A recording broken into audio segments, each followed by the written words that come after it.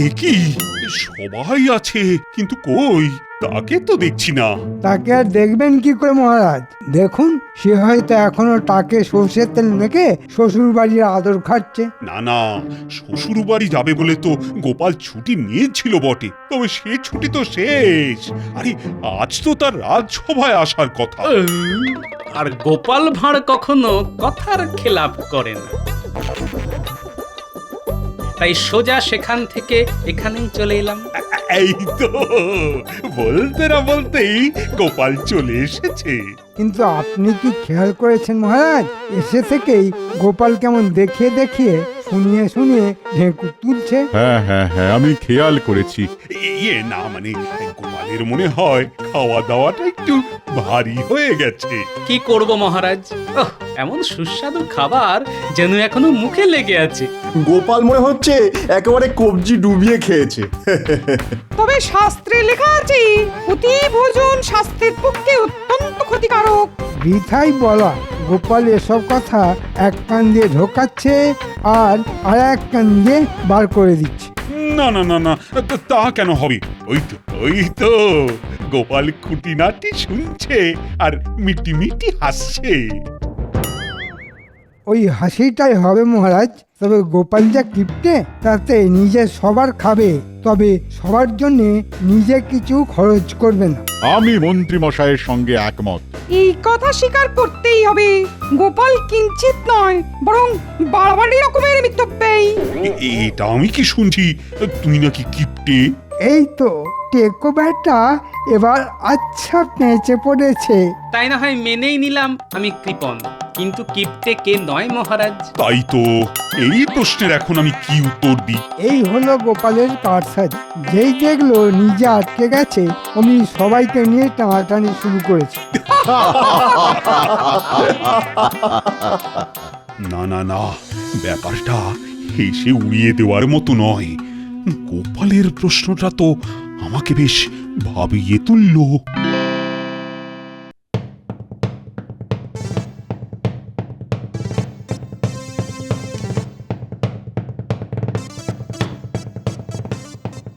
আচ্ছা মহারাজ, কি হয়েছে আমি তো কিছুই বুঝতে পারছি না। চিন্তাটা কি সেটা তো বলবেন। চিন্তা হলো আমার সভাসদদের মধ্যে কে সব থেকে বেশি কৃপণ সেটা আমায় জানতে হবে। ওহো, এই কথা! আমি ভাবলাম কি না কি। না না মহারানী, ব্যাপারটা ওরকম উড়িয়ে দেবার মতো নয়। এই একটা চিন্তাই সকাল থেকে আমাকে বিচলিত করে রেখেছে। তাহলে এখন কি করবেন আপনি মহারাজ? সেটাই তো ভাবছি। একদিকে মন্ত্রী তো অন্যদিকে আবার গোপাল। সভাকবি, সেনাপতি, অমাত্য, পণ্ডিত এদেরই বা বাদ দেবেন কেন মহারাজ? এই দেখো, তুমি তো দেখছি সব কেমন আমার গুলিয়ে দিলে। তবে আমার মাথায় একটা বুদ্ধি এসেছে। তবে আর চুপ করে বসে না থেকে বলো বলো, বলে ফেলো। আরে বুদ্ধিটা কি? আপনি বরং সভার সবাইকে কিছু না কিছু দিতে বলুন আপনাকে। যে যেমন দেবে তাই দেখেই আপনি বুঝে যাবেন কে কৃপণ আর কে দানি। তোমার যেমন বুদ্ধি রানী। আরে আমি চাইলে সবাই তো আমাকে খুশি করার জন্য বেশি বেশি দেবে, তবে আর আসল কথাটা জানবো কি করে? তবে তো আপনাকে কোনো সাধু সন্ত বা যোগী পুরুষকে ধরে আনতে হবে মহারাজ, যিনি হাত গুনেই আপনার প্রশ্নের উত্তর দিয়ে দেবেন। আরে আরে আরে, এইটা এবার একটা বুদ্ধি যেন টুক করে উঁকি মারছে আমার মাথার ভেতরে। মনে হচ্ছে এতেই কাজের কাজটা হবে। হ্যাঁ, এ আবার আপনার কেমন হেঁয়ালি? না না না না, কোনো হেঁয়ালি নয়। তুমি শুধু আমি যা বলছি সেটাই প্রচার করে যাও।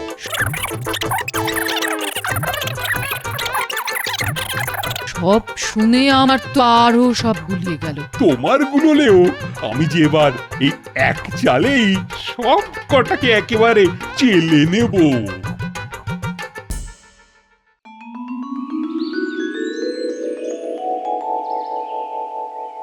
কি হলো, সবাই ওরকম উসকুস উসকুস করছো কেন? উসখুস তো করবেই মন্ত্রী মশাই। রাজসভায় মহারাজ নেই, মানে এ যেন অনেকটা ওই ধর আছে কিন্তু মুন্ডু নেই তেমন ব্যাপার। তাই না? গোপাল ঠিকই বলেছে, রাজা না থাকলে রাজসভার হবে কি করে? কিন্তু ব্যাপারটা কি হলো সেটাই তো বুঝতে পারছি না। মহারানী খবর পাঠিয়েছেন এক ত্রিকালজ্ঞ সাধু হিমালয় থেকে নেমে এসেছেন মহারাজকে গুরুমন্ত্র দেবেন বলে। তাই এক সপ্তাহ মহারাজ রাজসভায় আসতে পারবেন না। হঠাৎ করে মহারাজ আবার এইসব মন্ত্রতন্ত্র নিয়ে মাথা ঘামারি গেলেন কেন? বেশ তো চলছিল। কই, আগে তো এমন কিছু শুনিনি কখনো। আগে শোনি বলে আর কখনো যে শুনবে না এমন কথা কোথাও লেখা আছে না? মনে হচ্ছে মহারাজের মাথাটা আচ্ছা করে চিবিয়ে সাধু বাবা ভালোই মালকুড়ি গেঁড়াবে। চোরের মন তো বোঁচকার দিকেই পড়ে থাকবে। আপনি কি আর ভালো কিছু ভাবতে পারবেন? তুমি কি আমায় কিছু বললে গোপাল? না না, বলছিলাম যে ওই আশেপাশে তো কত কি হচ্ছে। এবার না হয় আমরা দেখব ওই মহারাজ যতদিন না আসছেন ততদিন মন্ত্রী মশাই ছড়ি ঘোরাচ্ছেন। এই আশ্চর্য! মন্ত্রী মশাই পিত্রাঘাত করবেন, এমন কাণ্ড হলে তো সবকিছু লন্ডভন্ড হয়ে যাবে। গোপালের যেমন কথা, শরীর কেন ঘোরাবো? আমি তো মহারাজের দেখানো পথে মন প্রাণ দিয়ে রাজকার্য পরিচালনা করব। আর আমরা মহারাজ কবে গুরুমন্ত্র নিয়ে ফিরে আসেন তার দিন গুনবো।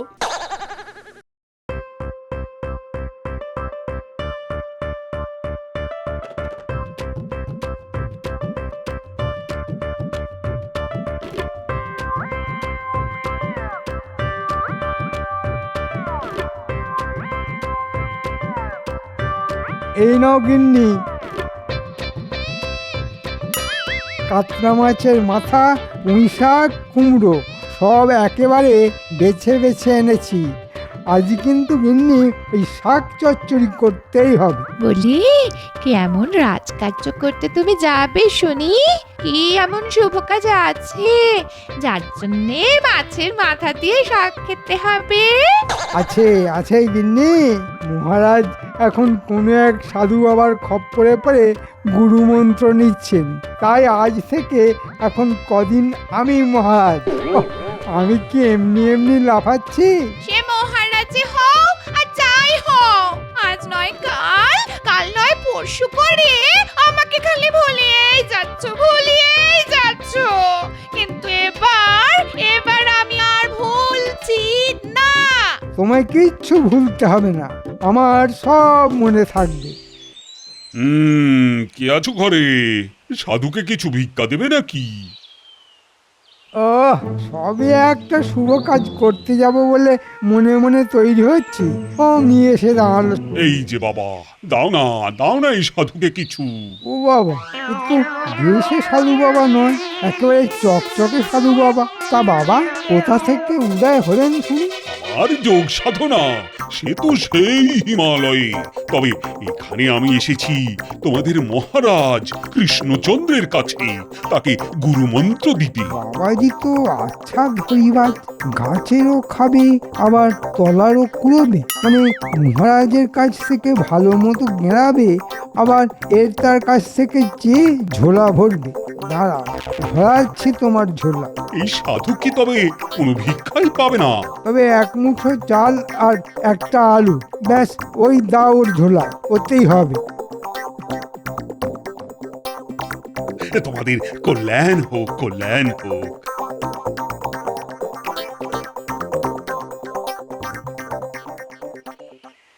কই গো গিন্নি, দাও ঘ্যাঁট চচ্চড়ি ডালনা যা হোক কিছু একটা দিয়ে চাটি ভাত দাও দেখি, আমার যে বড় দেরি হয়ে যাচ্ছে। তাই বলো, আমি তো ভাবলাম মহারাজ তোমাকে দেখেই একেবারে গদ হয়ে তোমার মাইনে বাড়িয়ে দেবেন। সে মহারাজ হলে না হয় হতো, তবে মন্ত্রী মশাই কি আর অত সহজে ঘাড় পাতবেন?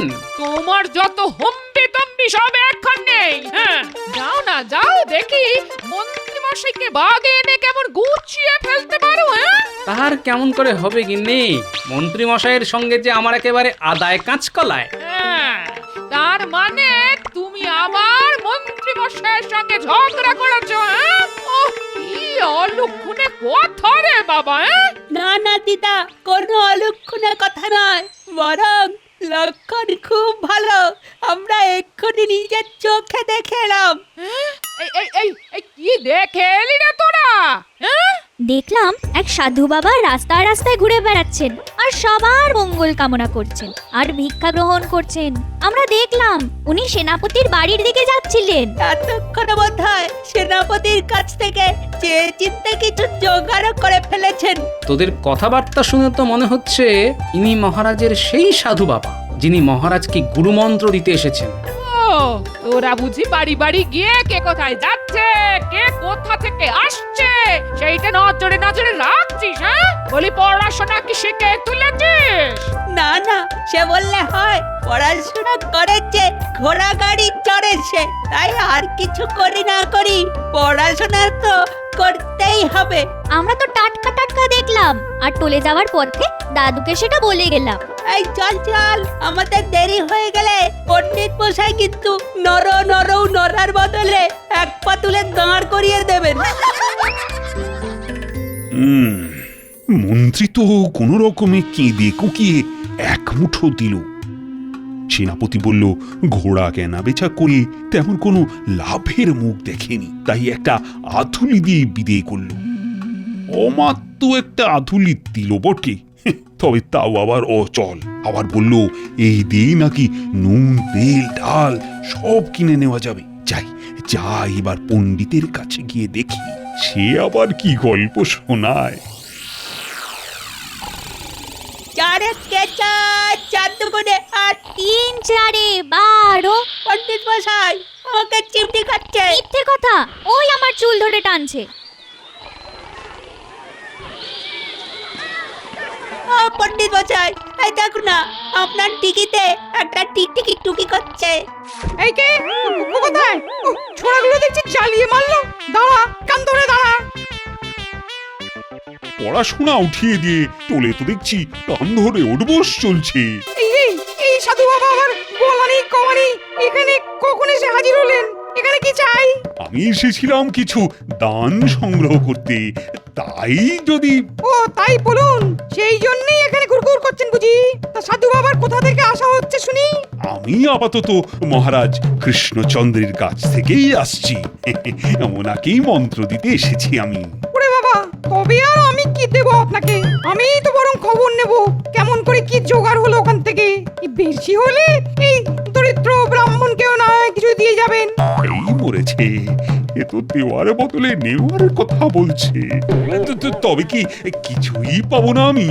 এসেছেন যখন তখন খালি হাতে কি আর ফেরানো যায়? এই নিন 2টো বাতাসা, পথে ঘুরে ঘুরে ক্লান্ত হয়ে গেলে চিবিয়ে জল খেয়ে নেবেন।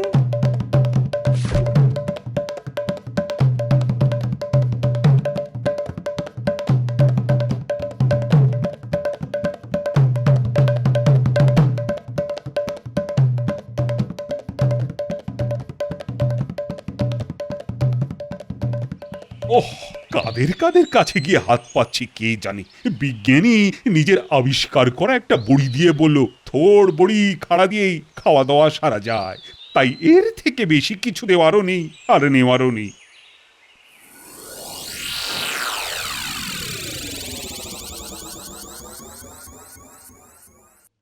এ কি, এ যে দেখি সাধু বাবা, এনার কাছেই মন্ত্র নেবেন নাকি আমাদের মহারাজ? একদম ঠিক, একদম ঠিক। আমি মহারাজের কাছেই এসেছি, তবে এখন আমি পথে পথে দান গ্রহণ করতে বেরিয়েছি। মহারাজের কাছেই যখন আতিথেয়তা গ্রহণ করেছেন, তবে আর দানের কি প্রয়োজন? ঠিকই তো বলেছ রাজবৈদ্য, মহারাজ দেবেন কাঁড়ি কাঁড়ি, তাতেই হবে ঝোলা ভারী। না না না না, আমি সাধু সন্ন্যাসী মানুষ, এই ভিক্ষাবৃত্তি করেই তো চলে আমার, তাই স্বভাববশতই বেরিয়ে পড়েছি। সে না হয় ভালোই করেছেন, তবে ঘোরাঘুরি করে এমন কিছু জোগাড় হলো কি? হয়েছে কিছু কিছু, তবে আরো কিছুর জন্য আমি তোমাদের কাছেই হাত পাচ্ছি। এ কি জ্বালা, থালা ভর্তি আনাজ দেখে বলেন দেনা দেনা। না না না, আপনাকে যদি দিয়েই দিই তবে আমার চলবে কি করে ভাই? তাই আপনিও যান, আমিও যাই। তা কিছুই কি পাবো না? এতই যখন চাইছেন এই নিন। তখন এই নিন একটা ছোট্ট দেখে আলু। বাবা, আমিও তেমনি চালু। আমি আর কি দিই, আমি বরং এই 1 পুড়িয়া ভেষজ চূর্ণ দিয়ে দিচ্ছি।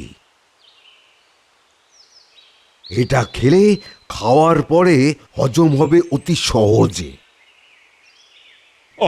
চেয়ে চিনতে তবে এই জুটলো এতক্ষণে। দেখি দেখি আর একটু এগিয়ে দেখি।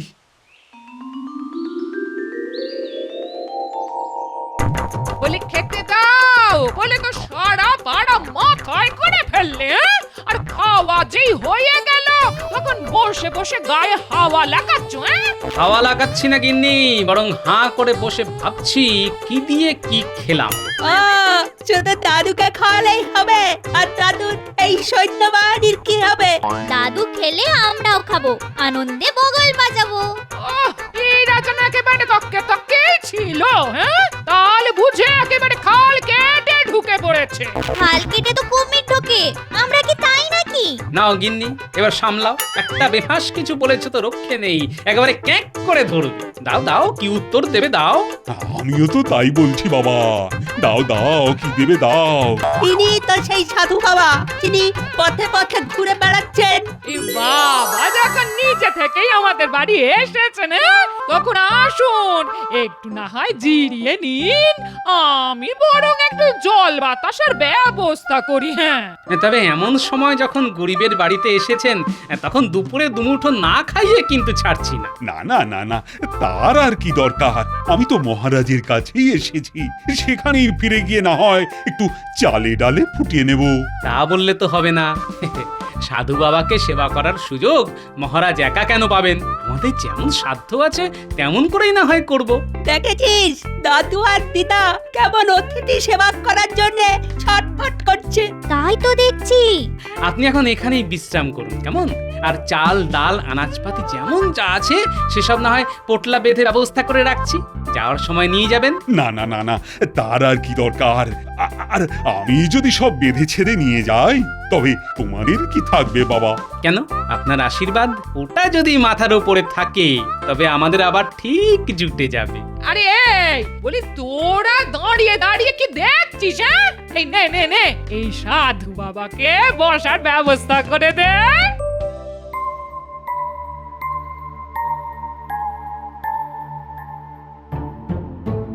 মনে হচ্ছে মহারাজের মাথাটা একেবারেই খারাপ হয়ে গেছে। সারা দিন কি যে করলেন কে জানে। এবার রাতেও কি সব ফন্দি ফিকির আটছেন বসে বসে। কি হলো রানী? আরে নিজের মনে কি বিড়বিড় করছো? আমি তো জোরে জোরেই বলছি, আপনি যেন ওই কৃপণ খুঁজতে একেবারে দিন রাত এক করে ফেলছেন। না না না না, ব্যাপারটা বেশ ভাবিয়েছে আমাকে রানী, তাই ওটা নিয়ে লেগে আছি। সারা দিন তো লেগে থাকলেন, তারপরে আবার রাতেও একটু বিশ্রাম নেবেন না মহারাজ? সবার কাছ থেকে শুধু দান গ্রহণ করলে হবে? তাদের তো দিতেও হবে কিছু। আপনি যে কি বলছেন আমি কিছুই বুঝতে পারছি না। তবে আমি বেশ বুঝতে পারছি, কাল রাজসভায় বেশ একটা শোরগোল হবে।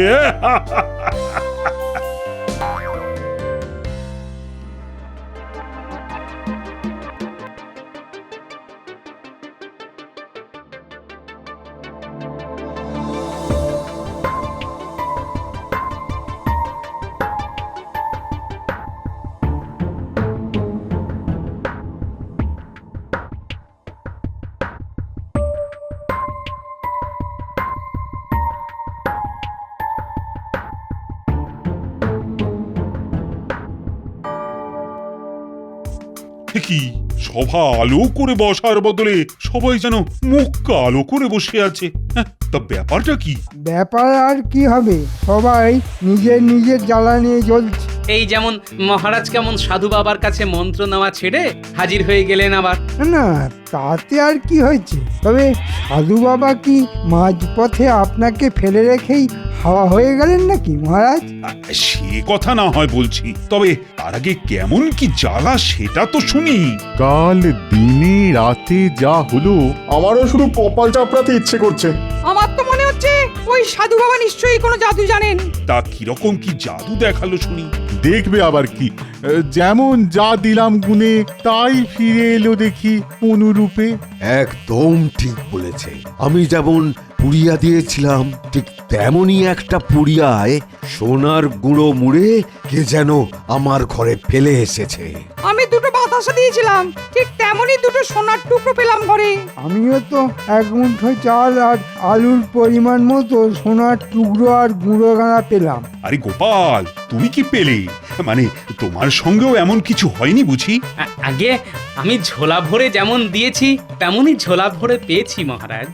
বাবা বাবা বাবা, কিন্তু মানে তুমিও তো সবার মতো একটু আধটু দিয়েই হাত ঝেড়ে ফেলতে পারতে। মহারাজ, দেওয়ার আনন্দ তো পাওয়ার থেকে অনেক বেশি, তাই সাধু বাবাকে দেওয়ার ব্যাপারে আমি আর আমার গিন্নি দুবার ভাবিনি। সাবাস গোপাল, সাবাস। এই চিন্তা ভাবনা যদি বাদ বাকি সবাই করত, তাহলে আজ আর তাদের এইভাবে হায় হায় করতে হতো না। সে আর বলতে, আমি যদি ওই অচল আধুলির বদলে ওই বেশি বেশি করে খুচরো দিতাম, তবে কারি কারি মোহর পেতাম। ইস, সবাই যখন সার সত্যটা বুঝেই গেলে, তবে আর একটা সত্যি শোনো, ওই সাধু আর কেউ নয়, তোমাদের এই মহারাজ। তোমাদের মধ্যে কে কেমন কৃপণ সেটা জানার জন্যেই আমি সাধুর বেশেই তোমাদের পরীক্ষা নিয়েছি। আর বেশ ভালোভাবেই বুঝেছি কারা কৃপণ আর কে দানি। আপনি আমার বুদ্ধির তারিফ করেন মহারাজ, তবে এবার যে আপনার বুদ্ধিরও তারিফ করতে হবে। জয় মহারাজ কৃষ্ণচন্দ্রের জয়।